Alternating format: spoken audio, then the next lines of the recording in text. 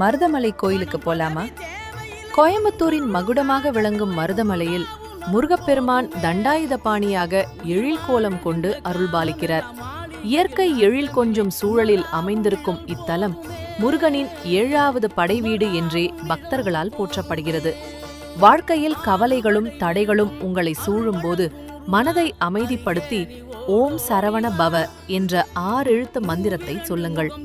மருதமலை வேலவனின் அருள் கவசம் போல் உங்களை காக்கும். மலையளவு வரும் துயரங்கள் யாவும் மருதமலை அரசனின் ஒரு கைவேலால் பணியென விலகும்.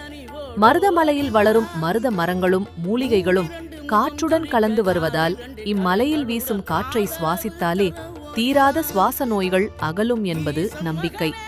மனம் மகிழும் மருதமலை முருகனை வணங்கினால் இகபர சுகங்கள் அனைத்தும் கிடைக்கும்.